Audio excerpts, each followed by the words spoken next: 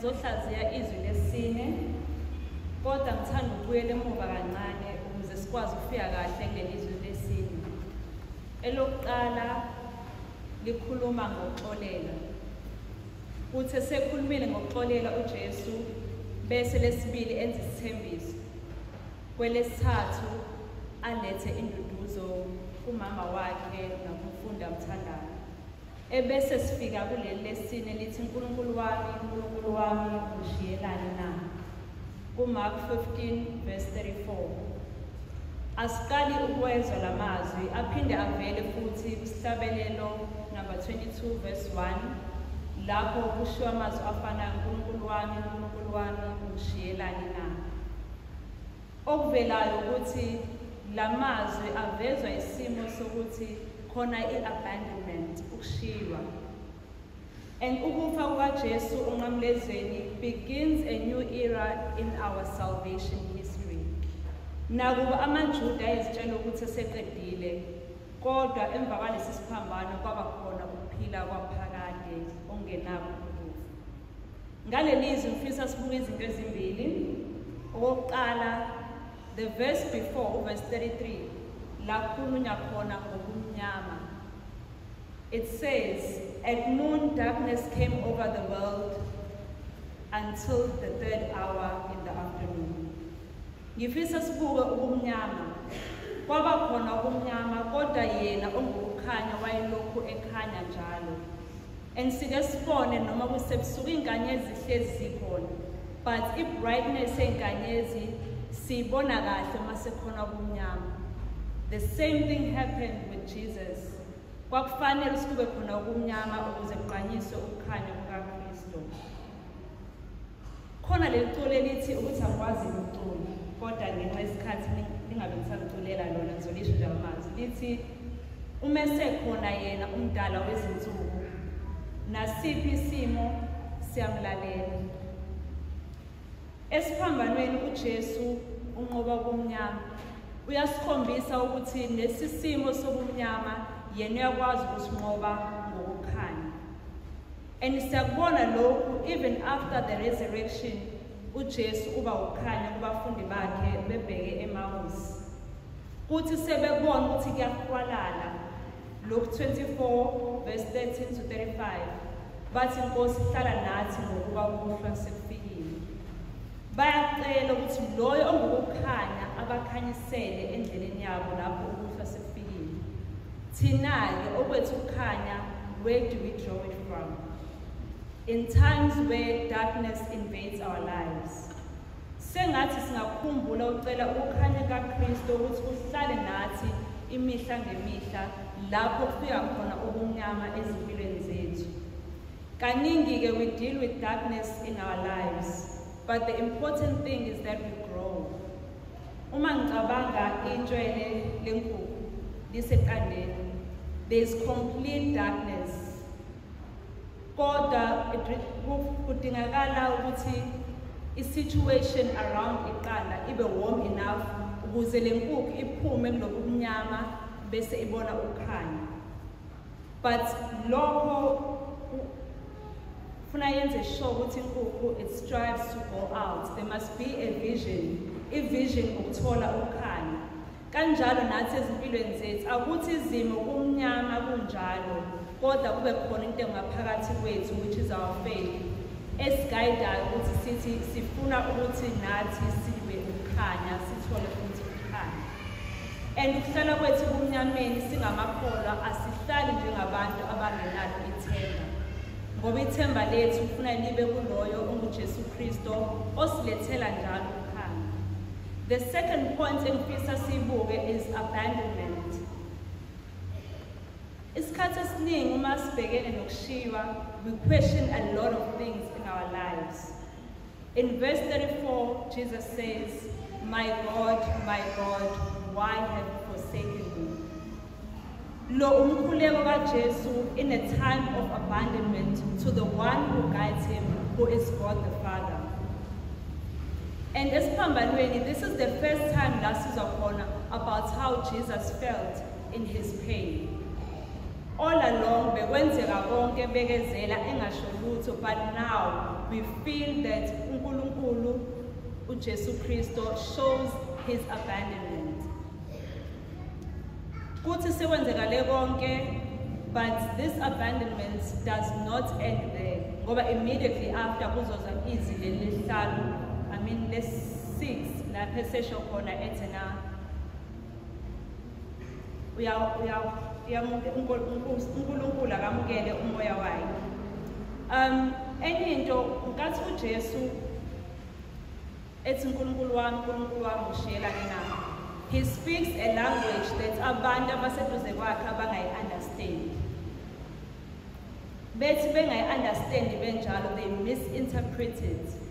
And it happens nathi empilweni zethu ukuthi uma ngabe sesibhekene nezimo zobumnyama, what is the language that I talk with God? That abanye abantu angeze bayiqonde. Engizothi mangikhalela kuyena uNkulunkulu ngifeel this abandonment. God hears me, but the people around me do not understand.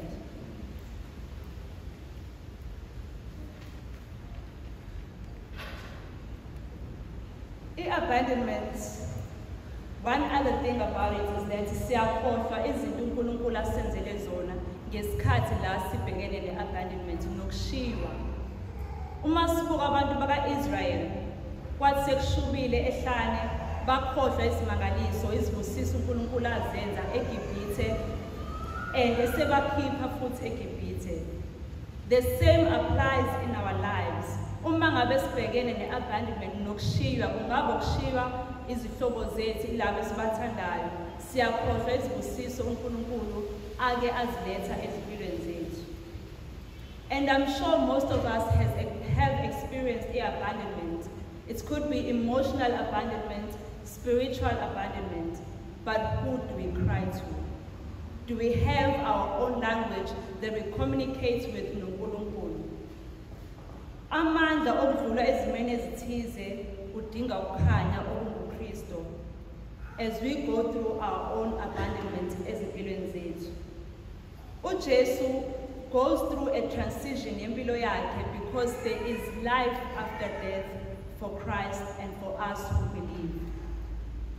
Isikhathi esiningi uma sibuka njengamanje ama-floods la wenzekile, baningi abantu aba-affectekile physically or emotionally, and bayazibuza ukuthi uNkulunkulu ulaphi. But there's one thing we need to remember about abandonment. It constantly reminds us that we can be alone, but we can also be stronger alone. Abandonment also teaches us perseverance. Uma ngabe uzizwa ulahliwe uwedwa, uyafunda ukubekezela, ngoba lapho ila ubona khona ukuthi awakho amandla ahamba agcineke. Amandla kaNkulunkulu uhambisana naye, iwona akuhambisayo endleleni. It is with great patience that Jesus suffers. Thina-ke siyakwazi ukubekezelela ukuhlupheka. Siyadinga kodwa futhi uma ngabe sizobekezelela ukuhlupheka, siqale sizibekezelele thina uqobo.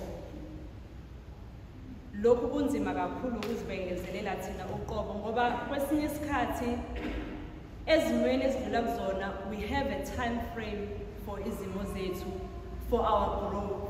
And lokho kwenza kube nzima ukuthi sikwazi ukuzibekezelela, ngoba sithi okay, kumele ngabe manje sengila empilweni but angikafiki. Kumele ngabe sengiyakwazi ukwenza lokhu but angikakwazi. And then sihluleke ukuzibekezelela thina uqobo. Another thing is that in abandonment, we learn to be patient in our healing journey. Funa sifunde ukubekezelela in our healing journey. Ngoba kwesinye isikhathi siyazijaha, njengoba ngisho indaba time frame plays an important role.